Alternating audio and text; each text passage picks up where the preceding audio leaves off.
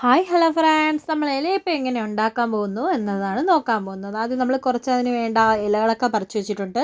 തേങ്ങയും ശർക്കരയും നമ്മൾ ആവശ്യത്തിന് മധുരമൊക്കെ കണക്കാക്കി ശർക്കരയും തേങ്ങയും എടുക്കുക. തേങ്ങ എത്ര കൂടുതൽ ഇടുന്നു അത്രയ്ക്ക് രുചി കൂടുതലായിരിക്കും തേങ്ങയും ശർക്കരയും.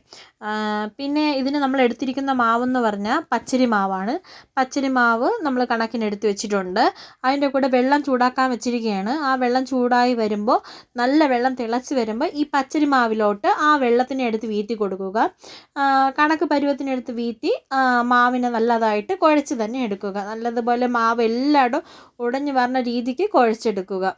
ചില സൈഡിലൊക്കെ മാവ് കട്ടയായിട്ട് ഇരിക്കും. അതിനെയൊക്കെ നല്ല ഇളക്കി നമ്മൾ എടുക്കുക. കുറച്ച് വെള്ളം വീത്തി കൊടുക്കുക. നമ്മൾ പരുവത്തിനനുസരിച്ച് വെള്ളം വീത്തി എടുക്കുക. പിന്നെ നമ്മൾ ഇലയിൽ ഈ മാവും വെച്ചിട്ട് ശർക്കരയും തേങ്ങയും എല്ലാം കൂടെ ആ മാവിൻ്റെ മീതെ കൂടെ വെച്ച് കൊടുക്കുക. അപ്പോൾ നമ്മുടെ ഇലയപ്പത്തിന് മാവ് നന്നായി ഇളക്കുക.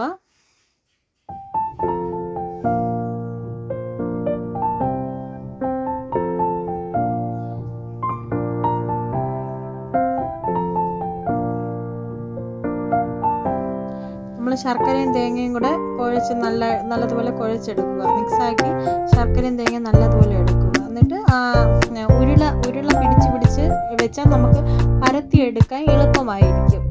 ഉരുള എടുത്തതിന് ശേഷം അത് വെച്ച് പരത്തി എടുത്താൽ മതി.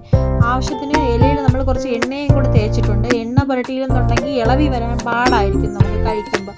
അപ്പോൾ അതിന് ശേഷം മാവിനെ പരത്തി എടുത്തിട്ട് ഈ ശർക്കരയും തേങ്ങയും ഉള്ള മിക്സ്ചർ അതിൽ വെച്ചിട്ട് കൊടുക്കുക. എന്നിട്ട് നമ്മൾ ഇത് വെക്കുന്നതിനെ ഇഡ്ഡലിക്കുട്ടകത്തിൽ വെച്ച് പോവുകയാണ്. അപ്പം നമുക്ക് എളുപ്പമായിരിക്കും. വെള്ളം വെച്ചതിന് ശേഷം ഇഡ്ഡലിക്കുട്ടകത്തിൽ വേവാൻ കണക്കിന് കുറച്ച് വെള്ളം വെച്ചിട്ട് അതിൻ്റെ തട്ടെടുത്ത് വെച്ചിട്ടുണ്ട്. എന്നിട്ട് അതിൻ്റെ മുകളിൽ കൂടിയാണ് നമ്മൾ ഈ ഇലയപ്പത്തിനെ ഫിക്സ് ചെയ്തുകൊണ്ടിരിക്കുന്നത്. അപ്പോൾ എല്ലാം നമ്മൾ പരത്തിനനുസരിച്ച് വെച്ച് കൊടുക്കുക. എന്നിട്ട് നമ്മുടെ ഒരു 10-15 മിനിറ്റൊക്കെ നമ്മൾ വേവിക്കുമ്പോൾ തന്നെ നമ്മൾ ഇലയപ്പം റെഡിയായിട്ട് നമുക്ക് കിട്ടും.